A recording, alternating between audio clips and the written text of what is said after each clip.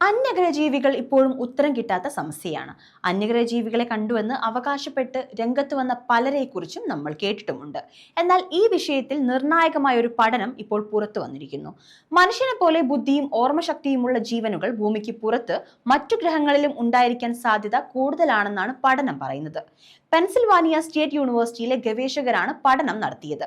മനുഷ്യന് സമാനമായ ജീവനുകൾ മറ്റു ഗ്രഹങ്ങളിലും ഉണ്ടാകാനുള്ള സാധ്യത വർദ്ധിപ്പിക്കുകയാണ് ഇതെന്നും പഠന റിപ്പോർട്ടിന്റെ സഹരചയിതാവ് കൂടിയായ ജേസൺ റൈറ്റ് പറഞ്ഞു. സയൻസ് അഡ്വാൻസസ് ജേണലിലാണ് പഠനം പ്രസിദ്ധീകരിച്ചിരിക്കുന്നത്. 1983 ബാർഡൻ കാർട്ടറിന്റെ തിയറിയെ വെല്ലുവിളിക്കുന്നതാണ് പെൻ യൂണിവേഴ്സിറ്റി ഗവേഷകരുടെ പഠന റിപ്പോർട്ട്. അസംഭവ്യമായ അല്ലെങ്കിൽ അപൂർവങ്ങളായ സംഭവങ്ങളുടെ ഫലമായി ഉണ്ടായതാകാം ജീവന്റെ പരിണാമമെന്നും പ്രപഞ്ചത്തിൽ മറ്റെവിടെയെങ്കിലും മനുഷ്യ സമാന ജീവനുകൾ ഉണ്ടാകാനുള്ള സാധ്യത കുറവാണെന്നും പറയുന്നതായിരുന്നു കാർട്ടറിന്റെ തിയറി.